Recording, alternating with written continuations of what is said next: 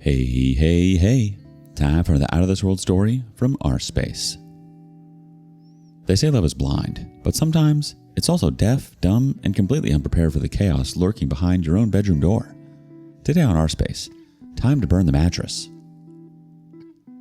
Caught my wife with a fair partner in my bed, recorded them, and Facetimed his wife.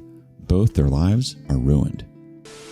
I, 39 male, have been married to Jen, 36 female, so for 7 years. No kids. We valued our freedom. We had a happy life and a fun life. We worked hard at our jobs and enjoyed to the core on weekends. We met in university, dated all through grad school, and even managed to survive long distance when she got a job out of state. We used to joke that if we made it through that, we could make it through anything. Turns out we couldn't. Before getting on point, let me clarify that there have never been a single red flag. Absolutely none. There was no sudden changes in behavior, no guarding the phone or constant texting, no going out at odd hours or changing her wardrobe. She came home from work on time, no staying late at work or going out for partying, no secrecy, no unexplained late nights. She wasn't the type to guard her phone or change her habits overnight. We had our routines. Dinner together most nights, shows on weekends, coffee runs on Sunday mornings. Predictable in the best way. That's why what happened still doesn't feel real. One of our close friends from university was visiting town. He's like a family member to us and a brother to me. I took a day off to pick him up from the airport and drove back home, planning to surprise Jen when she came back from work. It was just supposed to be a good day. However, when we pulled into the driveway, I noticed a car parked outside. Not ours, not one I recognized. I remember thinking maybe it was a neighbor's guest, but then I saw Jen's car was still in our garage. It was odd because I didn't remember her telling me that she was taking the day off, or that someone was visiting us. It's strange how instincts work. Despite no red flags, I had this cold feeling crawling up my spine that something wasn't right. I parked my car a few houses ahead and told my friend to stay quiet and follow me in. The house was locked. I used my key to unlock it.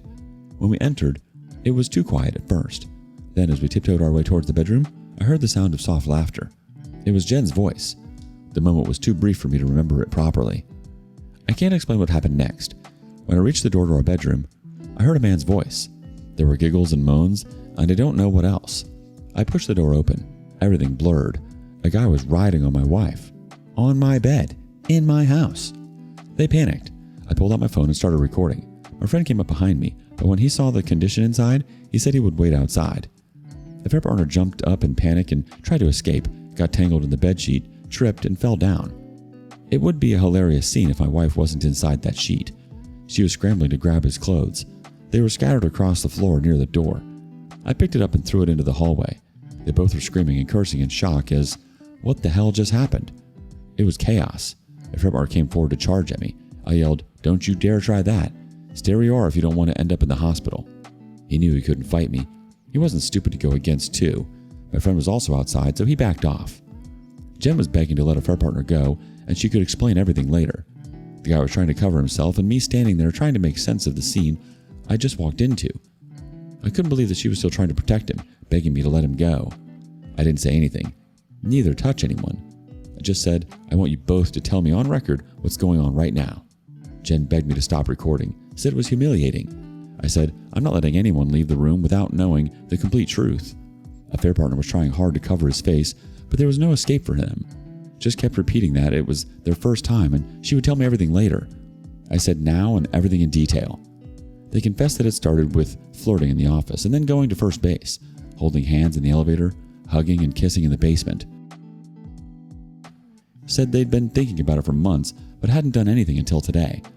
I told her to cut the story short. Jen tried to talk over him, saying it wasn't what it looked like, that it was a mistake, and that it wasn't supposed to happen. I snapped at her. I want the truth, and now. I wasn't a fool to believe that it was their first time, and she brought him home.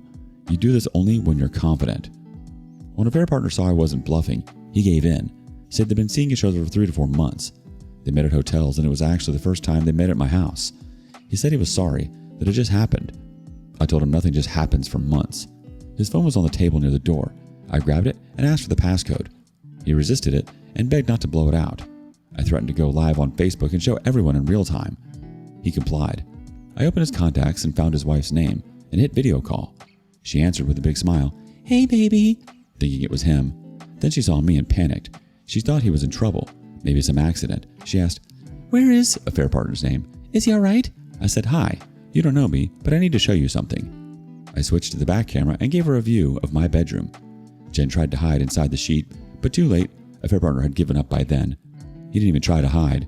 Sat there with a defeated face. "So here's your husband writing on my wife in my bedroom. You need more information? Text me." I have their confession on record. She was in tears. I gave her my number. She noted it down and thanked me. Asked me to flip the phone towards affair partner and told him, "Don't bother coming home. I'm going to ship your stuff to your parents," and hung up. Affair partner begged me to delete that recording. I told him to get out. He hesitated to try to give a last shot at snatching my phone to maybe delete the video. I said, "You move toward me and I'll break your bones. Better get your things and leave." I gave him the space to step out of the bedroom. When he was picking up his clothes from the hallway, my friend pounced and punched him. I went outside and nodded at my friend to let him go. Affair partner left with shame and humiliation. My friend gave me a look, one of those silent looks between friends that means I've got you. Then he quietly walked out too, saying he'd wait outside. Jen put her robe on and came out to the living room. She held my arms, crying, saying, "Please, listen to me. I can explain, please." I didn't respond. There was nothing left to talk about. I just picked up my phone, took my keys, and left with my friend. My friend and I checked into a hotel that night. Neither of us said much for hours. We ordered a bottle of whiskey, sat in silence, and started searching for divorce lawyers.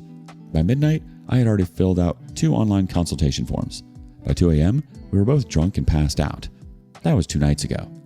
He flew back home this morning, had meetings to attend. The silence in the room feels heavier now. Everything's blurry. I keep replaying the moment I opened that door, trying to convince myself it wasn't real. I haven't spoken to Jen since. She sent a few texts, mostly saying she's sorry, that it was a mistake, that she didn't mean for it to happen. I haven't replied. I can't even say what I'm feeling right now. I'm angry, furious, sad, and heartbroken, all at the same time. I'm trying to escape all the emotions and focus only on what's next. Finding a place to move, finalizing the lawyer, cutting everything cleanly. Any tips on how to navigate this because it feels unbearable? It's a mistake. It's not what it looks like. Girl, it literally looks exactly what it is. Honestly, the fact that she tried to protect him instead of you in that moment says everything you need to know. If there was ever any doubt about her character, that crushed it. She made a choice, flaunted it, and even after being caught, her instinct was to save herself, or him, over you. Update 1. It's been 5 days since that night. I finally went back to the house yesterday to grab some of my things. I intentionally went when she was around, didn't want to sneak around. She should see what it feels like to witness your world crashing in front of you. I went inside and found her lying on the couch, looking wrecked. Her hair was tied back, eyes were swollen, felt like something was eating her alive. She whispered my name like she wasn't sure I'd answer. I didn't. I just walked past her and started packing. She followed me around the room, talking the entire time, saying she's sorry, saying she made the biggest mistake of her life and didn't mean anything. The usual lines. But then she said something that made me stop for a second. She said, "You can't just throw away everything we had over one mistake. We've built a life together. Please, I deserve at least one chance to make it right." That word deserve hit wrong. I looked at her and asked, "You think you deserve a chance? You took every chance we had and threw it out on that bed. You don't deserve my forgiveness. You can ask for it, sure, but you can't demand it like it's owed to you." She started crying harder, begging me to stay and talk. She promised to do every dang thing to save the marriage. Said she'd quit her job, cut all contact with everyone at the workplace, go to therapy, whatever it takes. I told her, "You're watering a dead plant. Our marriage is rotten. There's nothing that can save it." I finished packing my clothes, grabbed a few personal things, and also our cat, which I had adopted 2 years ago, and since then, she has become an integral part of our lives. She tried to fight me over this, saying she deserved it too. I said she lost all rights to me and everything I have, including my cat. She begged and pleaded not to end this. Before leaving, I told her I'd be having the divorce papers served next week. She said she wouldn't sign them, that we can still make this work if I'd just talk to her once. I said, "You already had your talk, with him, in my bed." And that was it. I walked out. She tried to follow me to the driveway, but I got in the car and drove off. I thought I'd feel angry again, but I didn't. I just feel empty, like I'd finally used up every emotion I had for her. Right now, I'm staying with my brother until I find a place for myself. I've already finalized a small apartment, but it would take a week to get the access. I never thought I would have to crash at someone else's place at this age, but here I am. It's depressing, honestly. My friend is in constant touch with me, checking on me every day, but there are some voids which no one can fill. Using the space as a writing therapy. Maybe it'll help me get through it. Let's see. Update 2.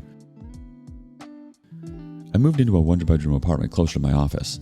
2 weeks after I packed my things and left the house, I got a message from an unknown number. It was affair partner's wife. She wanted to talk. I stared at the screen for a while before replying. We agreed to talk later that evening. When I answered her call, she got straight to the point. She wanted the video. I told her I wasn't planning to post it anywhere or use it for revenge, but I had kept it for legal purposes. She said she didn't care about public shaming, just wanted proof for her divorce attorney. I asked if she was sure she wanted to see it. She said she was ready to take up anything that comes to her. So I sent her a short clip, not the whole thing, just enough to confirm what happened. She didn't say anything for a full minute. I heard her sob once, like she'd been holding it in for days. She thanked me for showing her the truth that night, said it was the worst and best thing that could have happened, and told me what happened between her and affair partner after I video called her. She immediately packed his clothes and belongings and kept them outside their apartment. She bolted the house from the inside so that he couldn't access it even with his keys. He knocked and begged her to talk to him, give him one chance to explain himself. She didn't budge, asked him to leave, and called up her lawyer. The cheating has broken her very badly. She had been suspecting this for a long time, even confronted him, but he gaslighted the situation, made her feel she was the problem, that she was an insecure person and had trust issues.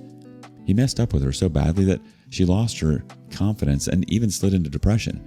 He always kept his phone clean so that she couldn't find anything if she snooped.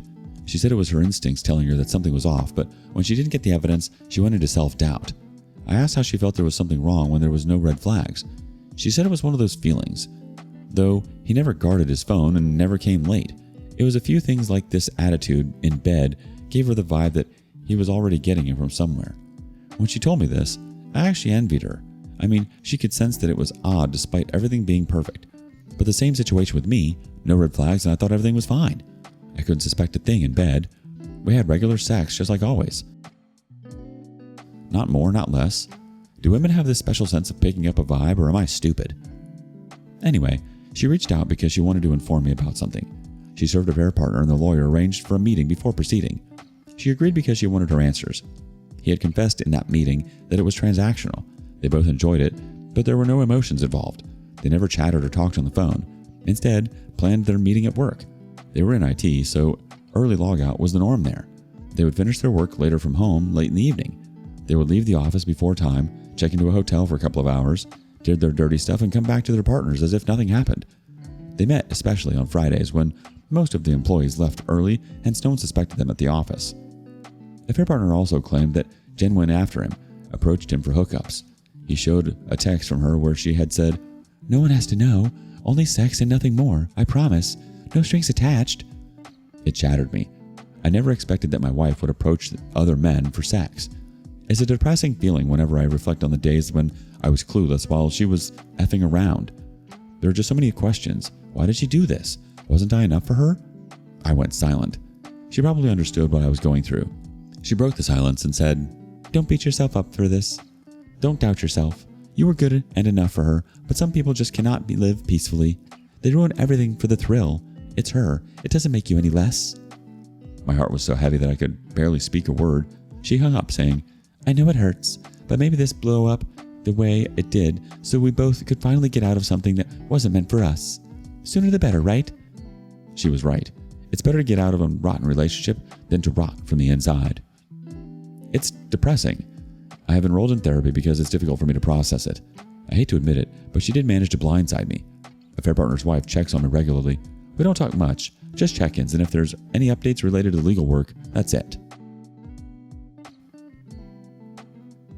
Update 3. It's been 2 months since she has been served, but it's not over yet. Her lawyer reached out asking if I'd consider mediation before finalizing.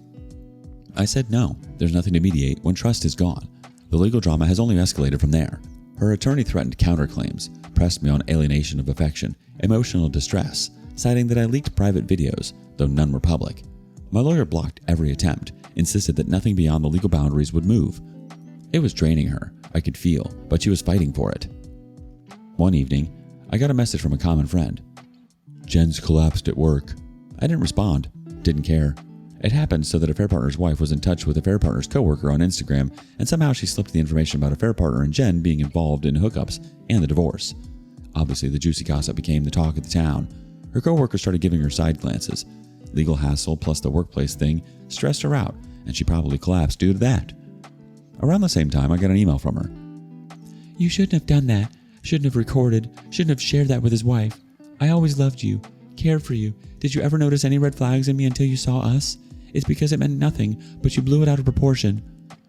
I couldn't believe her audacity, the way she turned it around on me.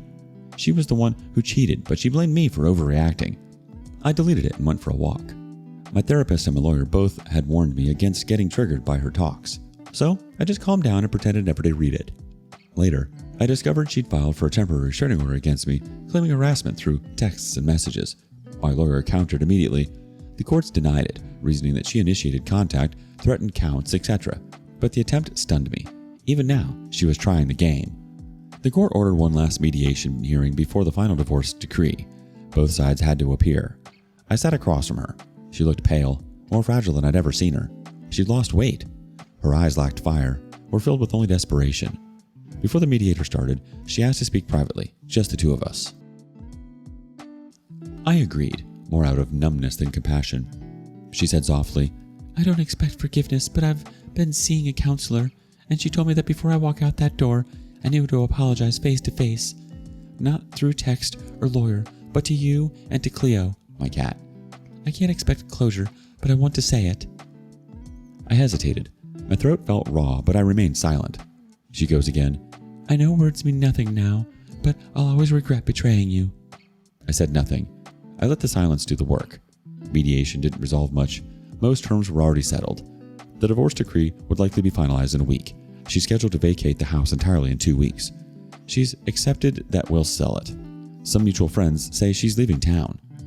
Meanwhile, a fair partner filed for full custody of his property, dog, shared accounts, and countered his divorce petition by denying spousal support on the grounds that his wife abandoned him. The irony was bitter. She already had the documents and evidence. His attorneys faced a rough ride. The divorce was finalized with him having to pay alimony in a diminished capacity. She was full custody of their shared property. She and I still touch base occasionally. She gives me updates on the legal moves. To clarify all the doubts I got on the comments on my last update, no, I'm not interested in her at all. I barely know her. Our conversation has only been about the legal matters and no emotional unloading, but I respect her strength. That's it. She lost every right to claim anything from you the moment she betrayed your trust like that. Let her collapse under her own chaos. You've already won the part that matters. You walked away before the lies and manipulation could eat you alive. She made her bed, now she gets to lie in it. Have you ever had a gut feeling something was off, only to discover it was way worse than you imagined? Share your stories with us below. And thank you for joining us today on rSpace. Be sure to like and subscribe and hit that notification bell so you don't miss out on our next video. Until next time.